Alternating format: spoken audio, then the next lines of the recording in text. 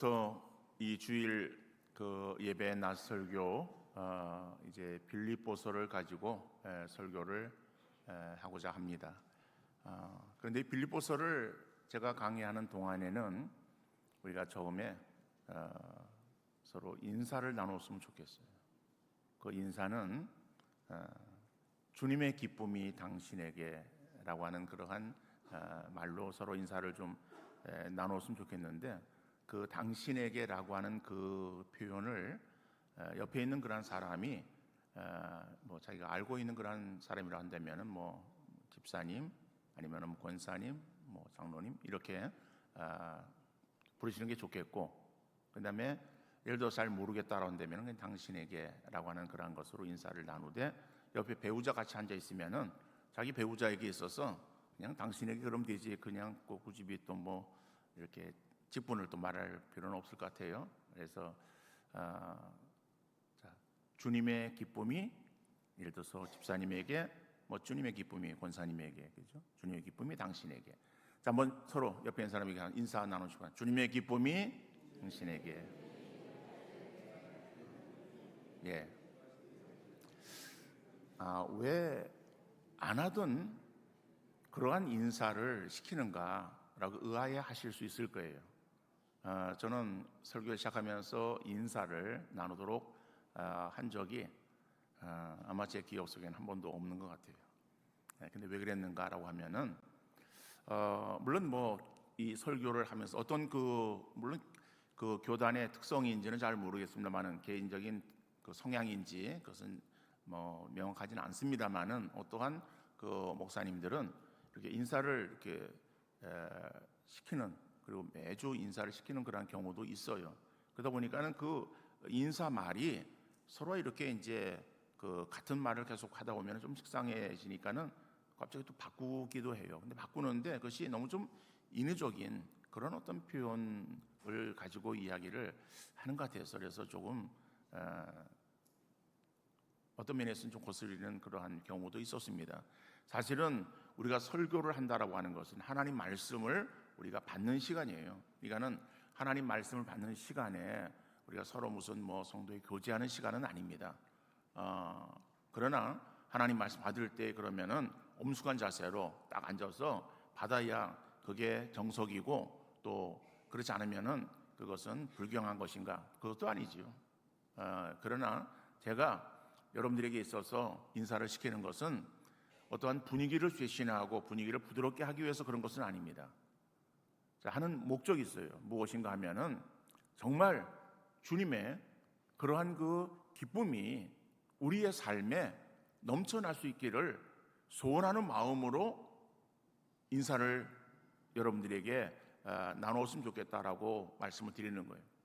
그래서 정말 내가 단순하게 그냥 웃으면서 인사하는 것이 아니라 그 내 옆에 있는 그러한 사람에게 있어서 정말 주님의 기쁨이 그에게 임하여 그의 삶이 기쁨과 행복이 넘치는 그러한 삶이 되어지기를 바라는 마음으로 축복하는 그러한 그 마음을 담아서 그에게 인사를 나눴으면 좋겠다라고 하는 것입니다.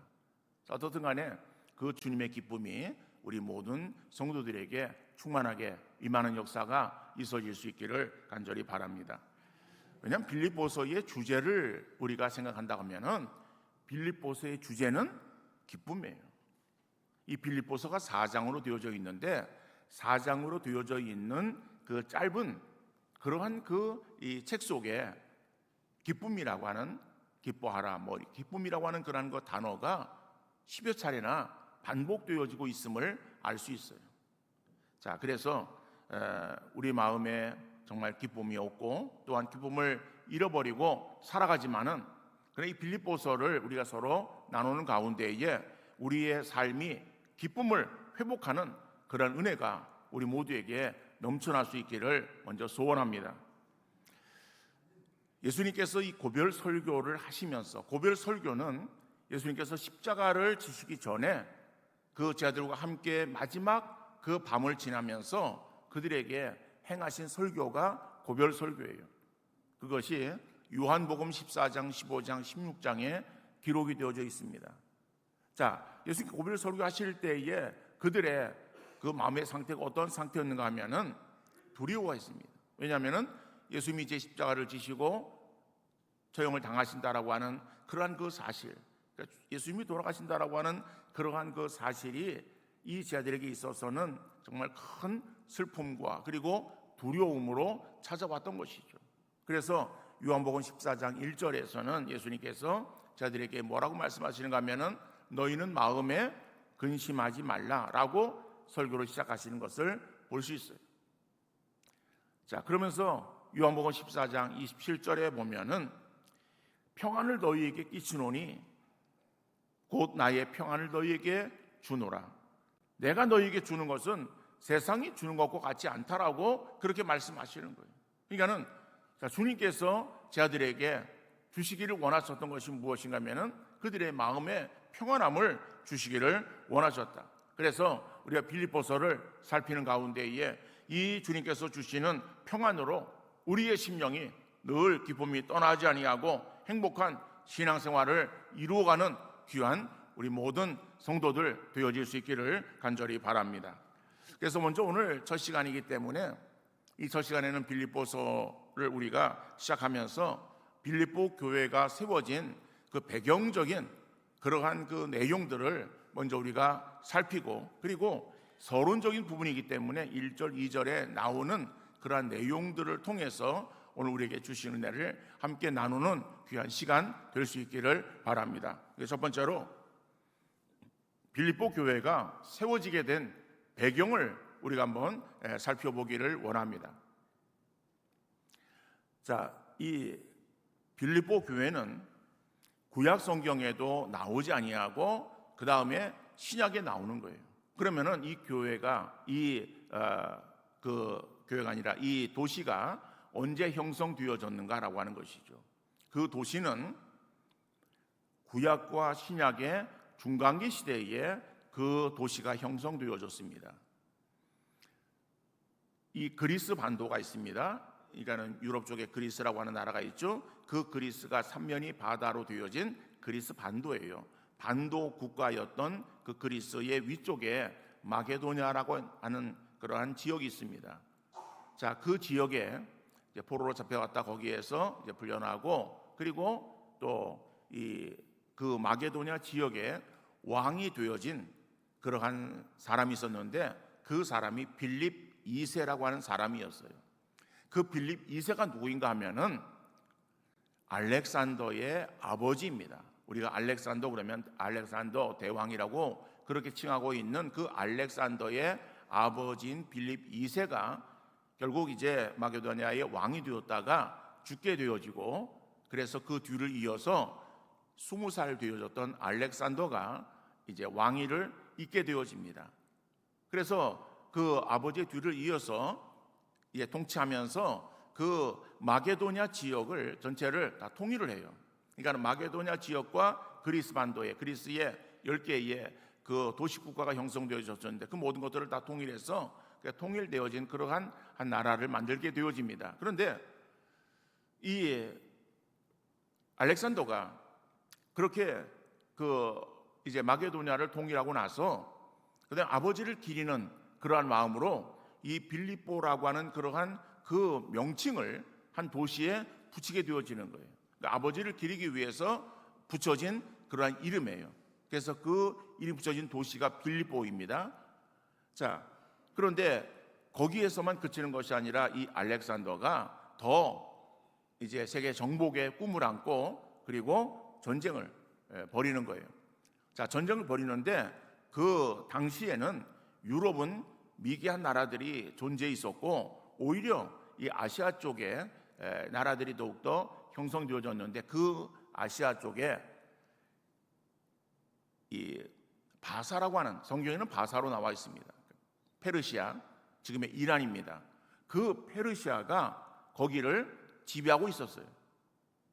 그러니까는 그 페르시아가 지배하고 있었던 그러한 그 지역은 지금의 투르키의 지역, 그 다음에 그 밑에 시리아, 레바논, 이스라엘, 그 밑으로 이집트, 그 다음에 오른쪽으로 이제 당시에, 그러니까 지금은 이라크하고 이란의 지역인데 당시에는 이제 아수르, 그 다음에 바벨론, 자, 그 밑에 바사. 그러니까는 이 모든 그런 지역들을 다 다스리고 있었던 나라가 바사예요. 자, 그런데 그 바사와 이 알렉산더가 이끄는 그러한 그리스 이제 군대와 전쟁을 벌이게 되어지는 거예요. 그런데 그 알렉산더가 그 바사의 그러한 큰 나라를 쳐서 결국에는 다 점령을 하게 되어집니다. 그러니까는 그 바사, 그 다음에 이제 그 그리스, 그걸 이제 우리가 헬라라고 말하기도 하는데 헬라의 제국이 형성되어졌습니다. 근데 그 헬라 제국의 형성은 성경에는 나오질 않아요. 그것은 구약과 신약에 비어있는 그러한 중간기 때에 이루어진 그러한 일들입니다. 그런데 그 헬라가 계속해서 그 존속했는가 하면은 그 옆에 일어난 이태리 반도에서 일어난 로마라고 하는 그러한 그 나라에 의해서 결국 이 헬라 그리스가 또 다시 점령을 당하게 되어져. 그래서 그 헬라 그 뒤에 로마라고 하는 나라가 세계를 지배하고 있었을 때입니다. 그때는 이미 성경에서 보면은 신약 시대를 말하는 거예요. 그러니까는 구약에서는 바사, 그 다음에 신약에서 우리가 살필 수 있는 그러한 그 나라는 로마예요. 그러니까는 이 이스라엘은 바사 제국의 포로로 되어 있었고, 그 다음에 그 주인이 바뀌어서 헬라가 또 거기를 점령하고 있었고, 그 헬라가 또 무너지면서 로마가 그 나라를 지배하고 있었던 그러한 때에 예수님께서 탄생하신 것입니다. 사도행전 16장에 보면은 이제 사도 바울이 나오게 됩니다. 그러니까 사도행전의 그 12장에서 보면은 이 사도 바울이 바나바와 함께 선교사로 파송을 받게 되어져요. 그러니까 파송을 받아가지고 그래서 이 바울이 1차로 전도를 나간 지역이 어딘가 하면은 소아시아 지방이라고 성경에 되어 있습니다. 그 소아시아 지방은 현재의 투르키예를 말하는 거예요. 터키, 지금의 투르키예죠.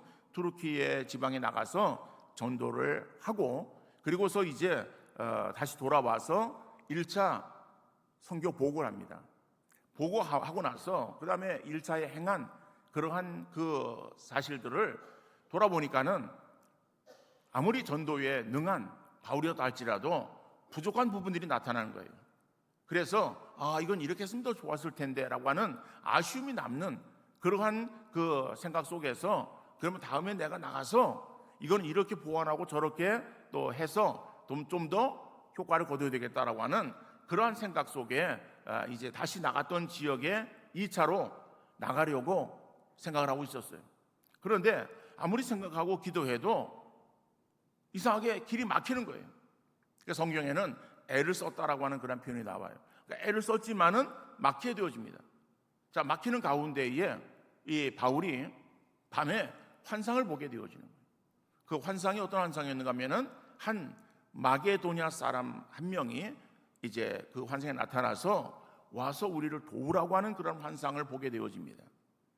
그래서 이 바울은 이것이 성령의 인도하심이구나 라고 하는 것을 깨닫게 되어져요. 그래서 자기가 가려고 애썼던 그 소아시아 지방의 선교 사역을 접습니다.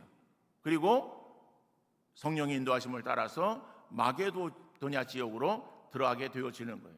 그래서 그 사도행전 16장 보면은 바울이 이제 마게도냐 지역으로 들어가서 처음 첫 성이라고 나옵니다. 첫 성 빌립보에 들어가는 거예요. 빌립보에 들어가서 그래서 기도처를 찾습니다. 기도처를 찾는데 그래서 기도처를 찾다가 누구를 만나게 되어지는가 하면은 자주장사 루디아를 만나게 되어져요. 그러니까 옷감을 파는 옷감 장수 루디아예요.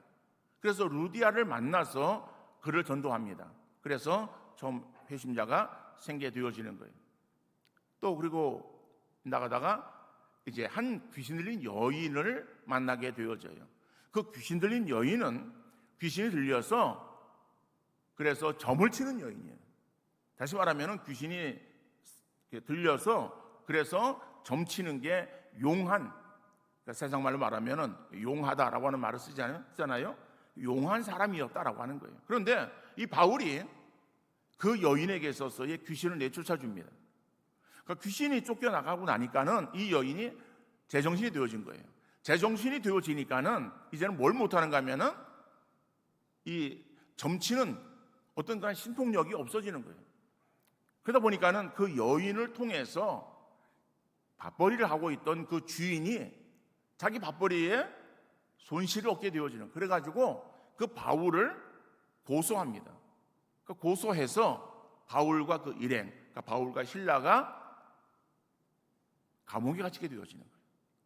그러니까는 빌립보 감옥에 들어가 있는 이 바울과 신라가 한밤중에 그들이 그 오간에서 뭘 행했는가 하면은 거기서 그냥 아이고 죽겠다, 하나님 왜 우리를 이렇게 어려움에 두십니까? 라고 원망불평하는 것이 아니라 그 안에서 찬송하며 기도했어요. 그러니까는 놀라운 일이 벌어집니다. 옥터가 움직이고 옥문이 열리는 거예요. 그러니까는 나갈 수 있는 거예요. 자, 그런 막 그냥 상황들이 벌어질 때에 이 간수가 졸고 있다가 옥문이 열려 있으니까는 간수들이 다 도망간 줄 죄수들이 다 도망간 줄 알고 그래서 칼을 들어서 자결하려고 합니다. 그것을 바울이 말리죠. 그러니까는 간수가 이제 놀라서 그 바울을 데리고 자기 집으로 가는 거예요. 밤에. 그래서 그 집에 들어가서 씻기고 음식을 내어놓고 음식을 먹고 바울은 그들에게서 또 전도합니다. 전도해서 그 간수의 가족들이 다 구원받게 되어져요. 그러고 나서 그 다음에 간수는 그 바울을 피신을 시키는 거예요. 지금 감옥에 지금 처해 있는 그러한 그 죄수의 신분이잖아요. 그래서 그 간수가 그 바울을 빌립보 그 지방에서 나가게 하는 거예요. 그래서 들어간 곳이 어딘가 하면은 데살로니가 지역으로 들어가게 되어집니다. 이게 이제 16장 17장에 나오는 그러한 내용들이에요. 그래서 이 바울은 비록 그 빌립보 지역에서 그 루디아나 자주장사 루디아나 간수의 가족들을 전도하고 그를 나왔지만은 그래서 그들에 의해서 교회가 세워지는 거예요. 자, 그 세워진 그러한 그 교회는 그러니까 마게도니아 지역에, 다시 말하면 2차 선교 여행인 유럽 지역에 세워진 최초의 교회가 빌립보 교회예요. 근데 이 빌립보 교회는 그 바울에게 있어서 지속적으로 여러 차례에 걸쳐서 물질로 바울의 선교를 돕습니다. 그리고 이 빌립보서를 기록할 당시에는 바울이 지금 감옥에 갇혀 있어요. 복음을 전하다가 감옥에 갇혀 있는 가운데에 그 소식을 들은 빌립보 교회가 자기들의 그 목회자인 에바브로디도를 바울에게 보내는 거예요. 그래서 바울을 돕기 위해서 이제 바울에게 뭐 물질과 함께해서 그를 이제 보내서 돕습니다. 그런데 그 돕던 에바브로디도가 무슨 이유에서인지 모르지만은 중병에 걸려요. 그러니까 심한 그런 그 병이 걸렸을 때에 그럴 때 그 소식을 또 빌립보 교회가 듣고 염려합니다. 그리고 기도합니다. 근데 하나님 은혜로 그 에바브로디도가 낫게 되어져요. 그러니까 낫게 되어진 그 에바브로디도를 다시 이제 그냥 빌립보 교회로 보냅니다. 보내면서 그리고 빌립보 교회에게 있어서의 어떠한 그 내용들을 도움이 될 만한 그러한 그 말씀들을 써서 그래서 에바브로디도 편에 빌립보에 보낸 그 편지가 빌립보서라고 되어져 있는 거예요. 그러니까는 빌립보서는 그렇게 그들에게 전해졌는데 이 빌립보서에 나타나고 있는 내용을 보면 사도 바울은 그 어떠한 교회에다가 편지를 보낼 때에 편지를 보낸 목적이 있어요. 그 목적이 무엇인가 하면 자기가 개척한 교회든지 아니면은 자기가 알고 있는 그런 교회에 있어서 어떠한 문제가 발생되어져요. 그러면 그 문제에 대해서 바울이 듣고 그리고 그것을 가서 처리해 줄 수 있는 그러한 상황이 되지 못했어요. 그러다 보니까는 편지를 써가지고 인편으로 그 교회에다가 편지를 보낸 거예요. 그러니까는 그 편지는 바울이 보낸 각 교회에 보낸 편지는 그 교회에 있던 어떤 문제들, 이러한 문제들에 대해서 해결책으로 보낸 그러한 내용들이다라고 하는 것이죠. 그런데 빌립보서는 어떤 문제가 있어서 그런 것이 아니라 이 바울이 이 빌립보 교회가 자기에게 행한 그러한 그 어떠한 일들에 대해서 감사하면서, 그리고 일반적인 그런 어떠한 그 신앙의 모습들을 이제 기록하고 있고, 그리고 또 기뻐하라, 신앙생활 하면서 기뻐하라고 어떤 기쁨의 주제를 가지고 편지를 쓰고 있는 것이죠. 물론 이 빌립보 교회가 전혀 문제가 없었던 교회는 아니에요. 거기에도 보면은 두 명의 여인이 있어요. 유오디와 순도계가 있는데 그 두 명의 여인이 어떤 알력으로 인해서 교회가 굉장히 시끄러웠어요. 그래서 그런 것을 듣고서 거기에 대해서 권면하는 내용도 나옵니다만은, 그러나 다시 말하면 다른 그 바울 서신에서 보내준 편지보다 이 빌립보서에는 그렇게 어떤 그 내용이 나오고 있지 않다라고 하는 것을 우리가 생각해 보면서, 어떻든 간에 우리가 이제 빌립보서를 같이 한번 살펴보기를 원합니다. 근데 오늘 본문에서 보면은 이 발신자와 수신자에 대해서 말하고 있어요. 자, 발신자와 수신자. 발신자는 물론 사도 바울이죠.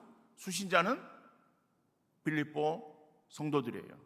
그런데 이 발신자인 사도 바울이 자기를 어떻게 소개하고 있는가 라고 하는 것을 볼 때에 오늘 1절 보면은 그리스도 예수의 종 바울과 디모데는 그리스도 예수 안에서 빌립보에 사는 모든 성도와 또한 감독들과 집사들에게 편지하노니라고 말하고 있어요. 여기서 보면은 그리스도 예수의 종이라고 자신을 그렇게 표현하고 있어요. 그리고 수신자는 빌립보 성도들이라고 말하고 있는 것이죠. 먼저 이 발신자인 사도 바울이 자기를 향해서 그리스도의 종이라고 그렇게 칭하고 있는 그러한 내용들을 우리가 한번 생각해 볼 때에, 그럼 바울이 모든 서신서에서, 그러니까 바울 서신, 그러면은 바울 서신은 신약 성경에 13권이 기록되어 있습니다. 뭐 이것을 여러분들이 다 외울 수는 없다 할지라도 성경에서 보면은 로마서, 그죠? 마태, 마가, 누가, 요한, 사도행전, 로마서에서부터 쭉 지나서 빌레몬서까지 이 책이 13권이에요. 그 13권의 책이 사도 바울이 보낸 편지글이다라고 하는 거예요. 그러니까 그 가운데서 자신을 어떻게 소개하고 있는가 하면, 오늘 이 빌립보서에서는 자기를 예수님의 종이라고 그렇게 소개하고 있어요. 그러면은 모든 서신에 다 그렇게 소개하는가 하면 그런 것이 아니라 종이라고 소개하고 있는 그러한 책은 3권이에요. 빌립보서와 로마서, 디도서라고 하는 그 3권의 책에서만 자기가 그리스도의 종이라고 하는 표현을 쓰고 있는 것이고, 그 다음에 데살로니가서와 그 다음에 빌레몬서에서는 그냥 바울이라고 쓰고 있어요. 나머지 8권은 13에서 5을 배우는 8이죠. 8권의 책에는 어떻게 쓰고 있는가 하면은 처음에 그리스도 예수의 사도 되어진, 뭐 이렇게 표현하고 있어요. 뭐 예수 그리스도라든지 그리스도 예수든지 사도라고 하는 사도권을 주장하고 있는 것을 보게 되어집니다. 자, 어떻든 간에 오늘 이 빌립보서에서는 자기를 어떻게 소개하는가 하면은 그리스도의 종이라고 소개하고 있습니다. 그리스도의 종. 종이라고 하는 표현은 어떤 표현이에요? 종이라고 하는 그런 그 표현은 노예를 말하는 거예요. 노예를 종이라고 그랬어요. 종은 주인의 집에 있으나 밖에 있으나 종이었어요. 다시 말하면은 신분적으로 천한 사람이었어요. 자유나 자기 존재 가치를 드러내지 못하고 인간 이하의 취급을 받으면서 생활했던 그러한 사람이 바로 종이에요. 우리도 예전에 종이 있었어요. 양반집에 그러한 종이 있었어요. 그 종의 그러한 그 모습들을 우리가 사극을 통해서 이렇게 엿볼 수 있는데, 뭐 그들의 어떠한 삶은 인간 이하에 아주 비천한, 자기 어떠한 생각이라 자기 뜻을 전혀 펴지 못하는, 그 주인이 시키는 대로 행하는 그러한 삶을 사는 존재라고 하는 것을 우리가 생각할 수 있는 것이겠죠. 뭐 이것은 우리나라뿐만 아니라 이것은 모든 그러한 곳에서도 다 동일한 내용이었어요. 그러니까는 종은 이거는 정말 신분적으로 낮다라고 하는 그런 정도가 아니라 이건 인간 이하의 그러한 존재로 취급을 받았던 사람이다라고 하는 거예요. 그런데 우리 그 한국 교회에서는 이게 잘못 인식이 되어져요. 그래서 주의 종, 그러면 주의 종은 목사를 칭하는 호칭으로 그렇게 인식을 하고 있어요. 그래서 주의 종 그러면은 그것을 굉장히 높인 말로 그렇게 생각을 해가지고 어떤 경우에 있어서는 주의 종님이라고 그 칭호를 붙이기도 합니다. 아니, 종은 종이지. 종님은 또 뭐예요? 종님은, 그죠? 종님이 아니라 뭐예요? 표현한다면은 종놈이죠. 종은 종놈이지. 예전에는 그랬다는 거예요. 지금은 종이라고 하는 그런 신분이 없으니까 하는 얘기죠. 자, 이거는 목사에게 붙이는 특별한 칭호도 아니에요. 우리 모든 성도들에게 있어서 우리가 어떠한 자라고 하는 것을 자각해야 되는가 하면은 우리 스스로 인식하기를 나는 주의 종이다라고 하는 그런 사실을 인식하는 믿음으로 신앙생활을 감당하는 우리 모두 되어질 수 있기를 간절히 바랍니다. 그러니까 종이라고 하는 것은 뭐예요? 내 뜻대로 내 마음대로 사는 것이 아니라 내게 있는 주인의 뜻대로 살 수밖에 없는 살아야 되는 그러한 존재. 그렇다면 우리에게 있어서의 주인이 누구십니까? 주님이에요. 우리 주님의 종이다. 그러면은 내 뜻이 아니라 주님의 뜻을 우리가 헤아리며 주님이 원하시는 뜻이 무엇인가를 우리가 알아서 그 뜻에 순종하며 나가는 그러한 삶을 살아야 됨을 말하고 있는 것이죠.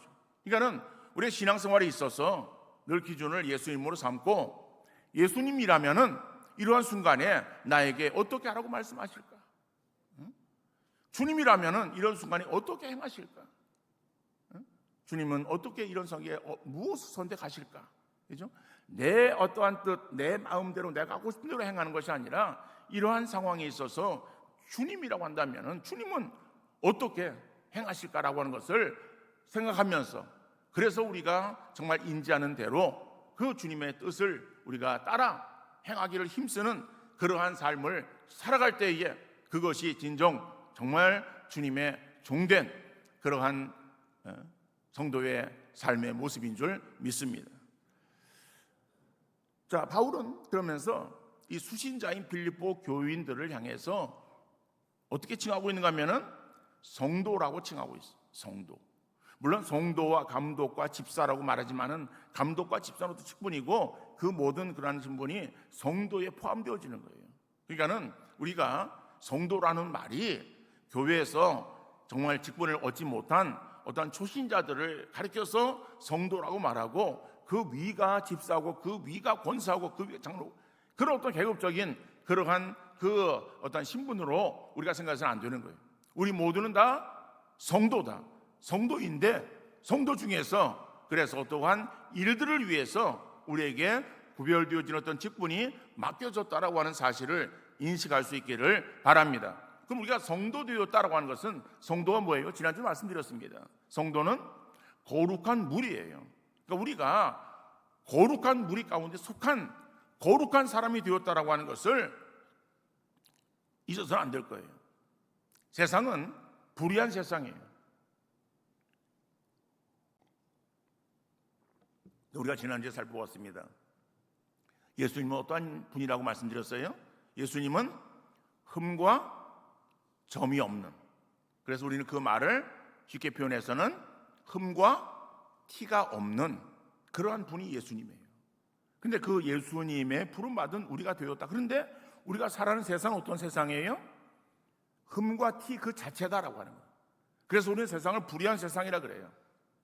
그러니까는 우리가 살아가는 세상은 불의한 세상이지만은 불의한 세상 속에서 우리의 모습은 예수 그리스도의 모습을 닮아가는 그런 우리의 삶이 되어야 되는 것이다. 그렇다면은 세상에 속해 살아가는 것이 아니라 세상과 구별되어진 그러한 삶을 살아야 되는 줄 믿습니다. 죄송합니다. 베드로전서 1장 15절 말씀 보면은 오직 너희를 부르신 거룩한 이처럼 너희도 모든 행실에 거룩한 자가 되라. 여러분, 우리가 어떤 자가 되어야 되는가 하면은 너희를 부르신 거룩한 이예요. 하나님이 어떤 분이신가? 우리를 부르신 하나님은 거룩하신 하나님이시라고 말씀하세요. 우리가 거룩하신 하나님이라고 하는 그러한 호칭만 하나님께 돌려드리는 것이 아니라 하나님이 거룩하시면 하나님의 자녀 되어진 저와 여러분들의 삶은 그 하나님을 따라서 거룩을 추구하며 나가는 삶이 되어야 됨을 말하는 거예요. 우리가 왜 하나님의 자녀가 되어서 거룩한 삶을 살아야 되는가?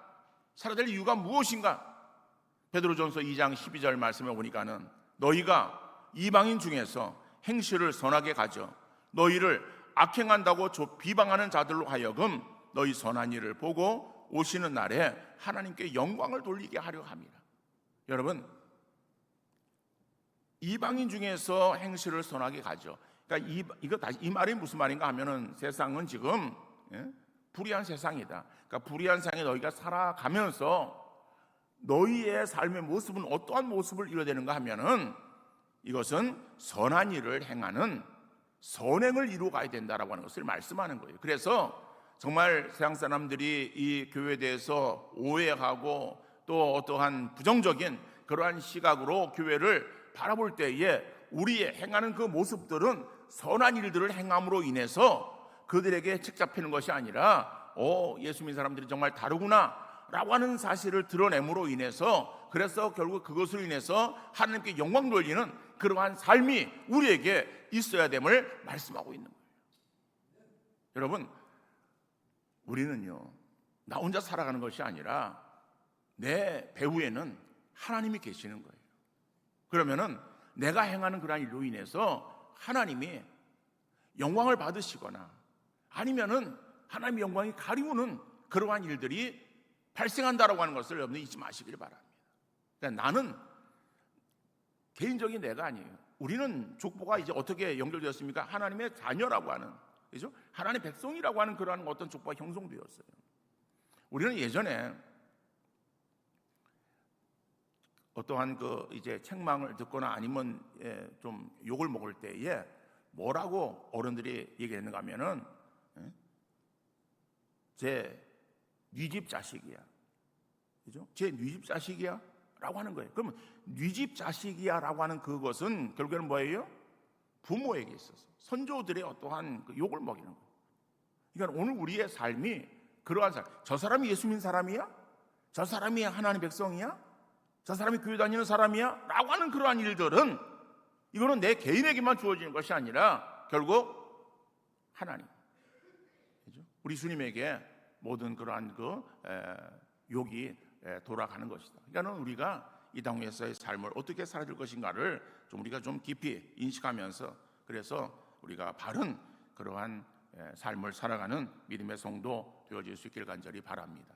더 나아가서 이 바울은 2절에서 그들에게 있어서 축복과 인사를 나누고 있습니다. 그런데 그 축복과 인사가 무엇인가 하면은 은혜와 평강을 기원하고 있는 것을 보게 되어져요. 2절에 보니까 하나님 우리 아버지와 주 예수 그리스도로부터 은혜와 평강이 너에게 있을지어다. 여러분, 은혜라고 하는 말은 지난주에도 말씀을 드렸습니다.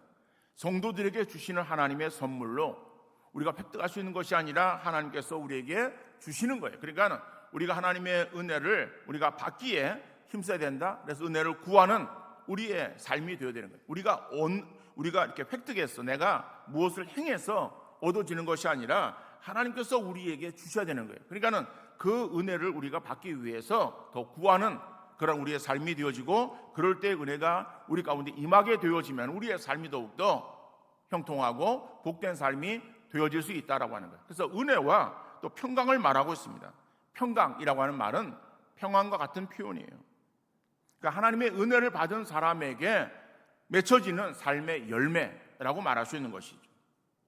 그러니까 평안은, 참된 평안은 하나님의 은혜 안에 거하는 자만이 누릴 수 있는 거예요. 여러분, 세상이 주는 평안이 있어요. 그러니까는 요한복음 14장에서 말씀드렸습니다. 세상이 주는 것과 주님이 주시는 평안은 같지 않다라고 말씀드렸어요. 세상이 주는 평안은 일시적이고 조건적이에요. 그러나 주님이 우리에게 주시는 평안은 이거는 영원한 것이다. 그리고 모든 사람들에게 다 공히 주시는 그러한 평안이라고 하는 것을 우리가 한번 생각해 볼 수 있기를 바랍니다. 여러분, 우리가 이 평안이라고 하는 마음의 평안이 사라지고 불안과 두려움이 찾아오는 것은 근본적인 요인이 뭔가 하면 죄의 결과예요.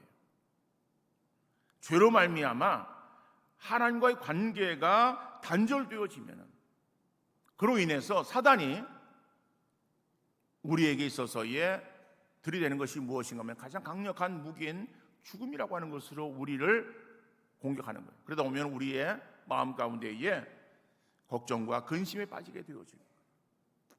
죽음의 공포가 아니더라도 우리 앞에 있는 크고 작은 일들을 통하여서 우리의 마음에 염려와 불안, 걱정이 찾아오게 되어집니다.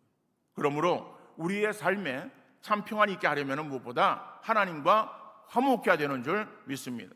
하나님과 화목할 때에 사단의 미혹과 공격에서 벗어나게 되어지고 그 결과 우리에게 참된 평안이 임하게 되는 줄 믿으시기를 바랍니다. 근데 이 평안이라고 하는 것은요, 어떤 한 가지의 부분에서만 문제가 없을 때에 주어지는 것이 아니에요. 삶의 모든 전반에서 문제나 어려움이 없을 때에 주어지는 복이라고 말할 수 있습니다. 여러분, 평안이라고 하는 히브리 그 말은 우리가 잘 알고 있는 말이죠. 샬롬이에요. 그러니까 샬롬이라고 하는 그러한 그 말로 유대인들은 서로 인사를 나눕니다. 우리가 안녕하세요라고 하는 그러한 그 인사말 같은 거지만은, 그러나 우리가 말하고 있는 안녕하세요라고 하는 그러한 그 의미와는 달라요. 우리는 그냥 안녕하세요라고 하는 그것으로 우리가 평안을 그냥 묻는 것으로 끝이는데, 이 샬롬에 들어있는 그러한 의미는 어떤 평안의 복뿐만 아니라 형통의 복, 그러니까 모든 일들이 형통하시기를 바랍니다 라고 하는 그런 의미가 들어있고, 건강의 복, 건강하시기를 바랍니다, 하는 모든 일들이 다 잘 되어지기를 바랍니다 라고 하는 그런 여러 가지의 복합적인 의미가 들어있는 평안이라고 하는 거예요.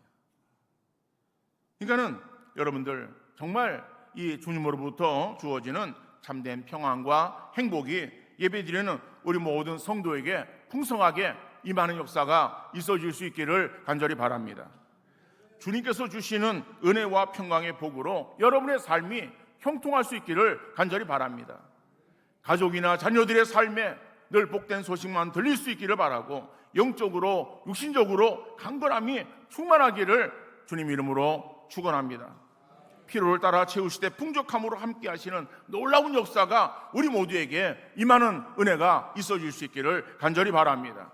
오늘부터 세상이 아닌 하나님께로부터 주어지는 참된 은혜와 평안이 우리 모두에게 충만하게 임하기를 주님 이름으로 축원합니다.